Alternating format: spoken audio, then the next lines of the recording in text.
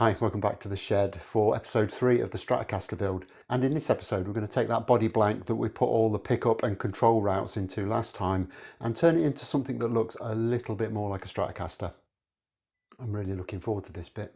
Last time we got all of the routes put in on both the top and the underside of the guitar. Very happy with them, they did go very nicely. Some sharp-eyed viewers had noticed that there appears to be a little gouge out of this element of the jack socket aperture. I don't think I've caught it with a router. I think I've put that down on something and it's just dented the wood slightly, so I'm going to try and steam that out at some point, see if we can get that to pop back up.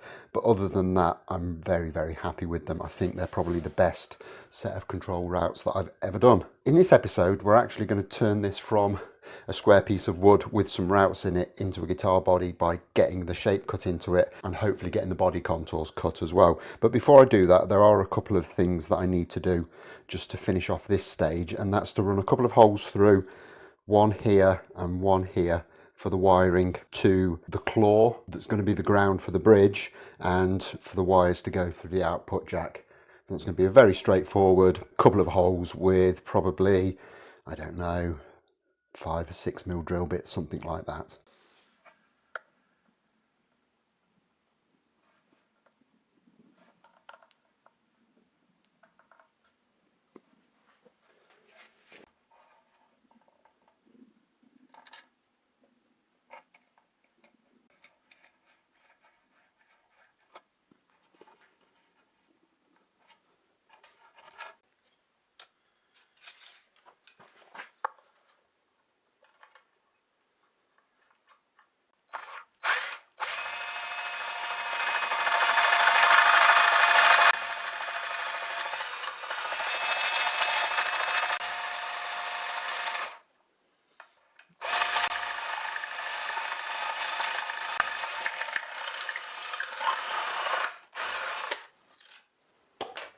Okay, and that was interesting. I didn't actually have to drill that one, I just poked it through with my awl. There must be minimal material between the two routes there. But luckily we didn't break through in the routing, so that's all good. And the other one was a fairly straightforward task and has come out nicely. So with that done, we can now get this marked up and onto the bandsaw. And to get this marked out, it's fairly straightforward. Again, we'll just line this up with the holes we drilled for the neck pocket.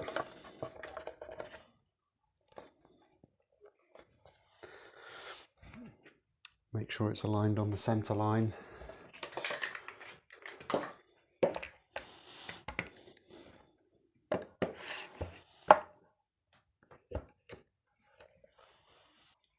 bang a clamp on to make sure it doesn't move and draw around it.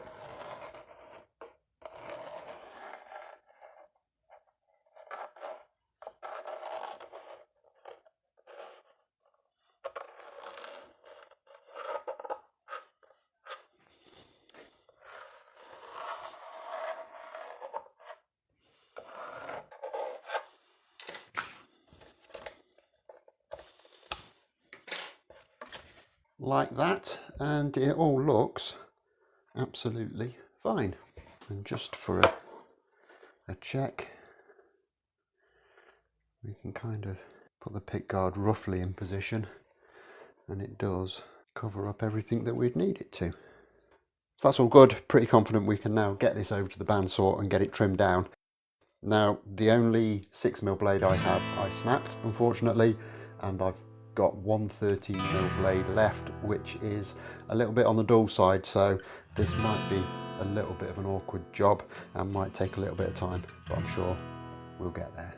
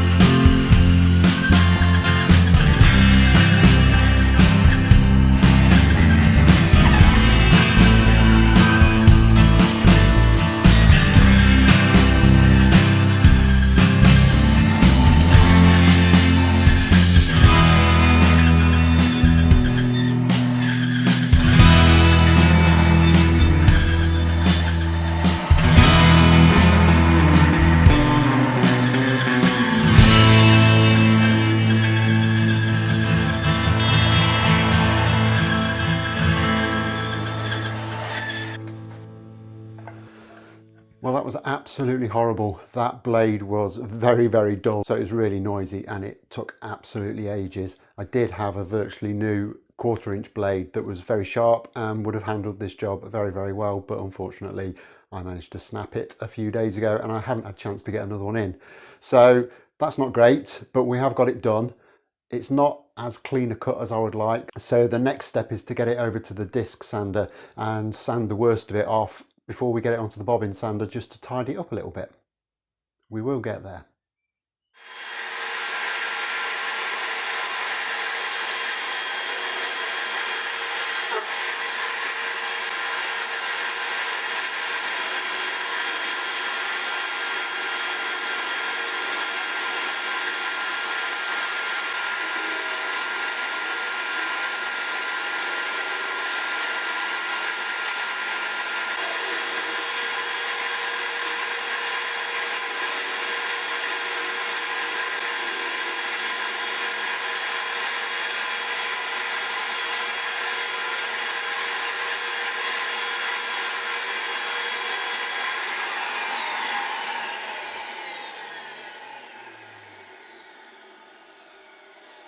And I've had a few more bits and pieces arrive.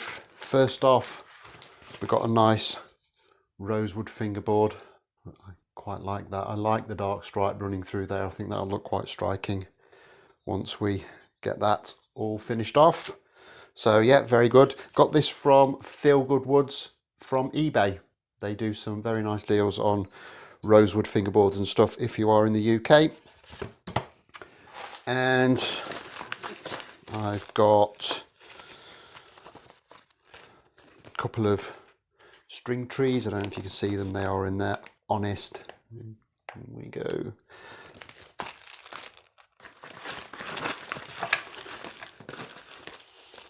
Couple of capacitors.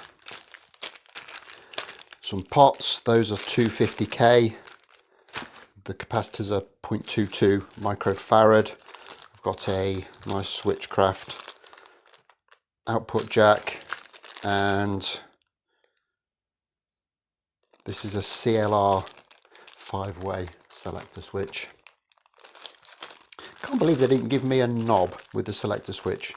It's a little bit on the cheap side, but there you go. So that's kind of most of the electrics sorted out. I've got a set of pickups on the way, which we can discuss when they get here. I'd still need a pick guard and a back plate. I'm not sure if I'm going to make those or just buy a pair, because I've actually got a much wider choice of colours for the pre-made items than I have for just blank material. And it will also save me a little bit of time. I'll see. I'll have a look at that. But other than that, I think we've pretty much got everything.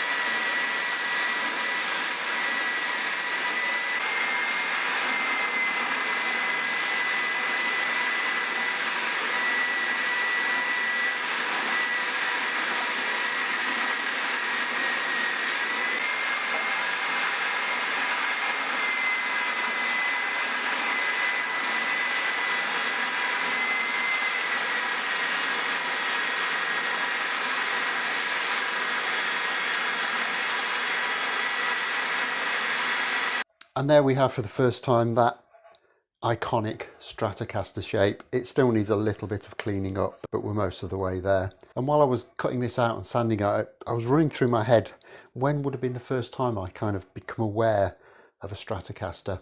How old would I have been? And what would have been the circumstance? And I think this is going to go back to probably the early 70s, when I would have seen Jimi Hendrix play one of these, obviously upside down. But that is the first kind of reference I can remember of seeing one. And at that point, I thought this was it. It was just this shape, because I'd never actually got close to one, and I didn't realise just how sculptural a Stratocaster body is, with the heavy round over on the front and back, and the arm cut and the belly cut on the back. But I do vividly remember the first time I became aware of that, and that was in the early 80s.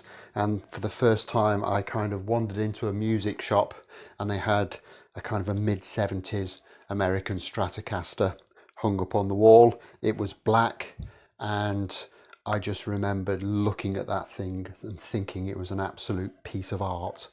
It was beautiful, and I think that's why I ended up owning Stratocasters, because from that day on I just needed one. But we need to crack on with this one, and there is quite a lot of work to do still on this body. And the first thing I'm going to do is to put on the round over on the front and back, and that's just a case of the small handheld router again and a suitable round over bit, and just run it round. I'm going to steer clear of the neck pocket area, because obviously we need to do quite a lot of work on there, and you don't actually want the round over on much of it on the back. So I'll just do into these horn areas, and we can leave the rest of it until we've done the neck pocket.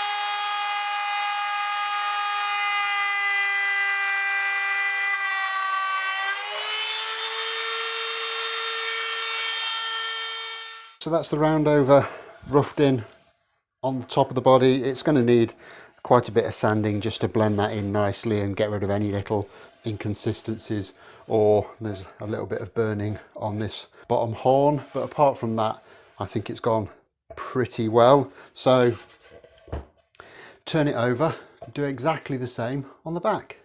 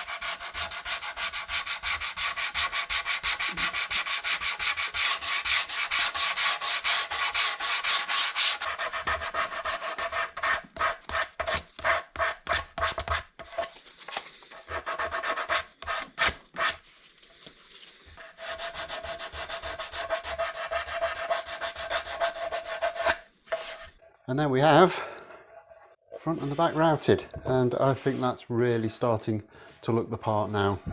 But of course it won't be a full-blooded Stratocaster until we get the belly and the forearm cuts onto it.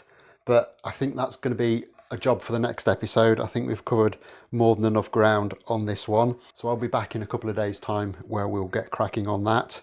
And also, you might have noticed that when I put the drill hole into the output jack location, that bit of tube that I used to protect the wood has actually found that little dent and made it slightly worse. So I think the first thing I'll do next time is get that steamed out as best I can, and then we can crack on with the rest of the work on the body, which is actually getting very close to completion. So I'll be back in a couple of days' time when we can have a look at that. Until then, don't forget to hit that like button if you've enjoyed this. Subscribe if you haven't already done so. If you haven't already left a comment on what colour you would like to see, do that as well. And I'll see you very shortly. Thanks a lot for watching. Bye bye.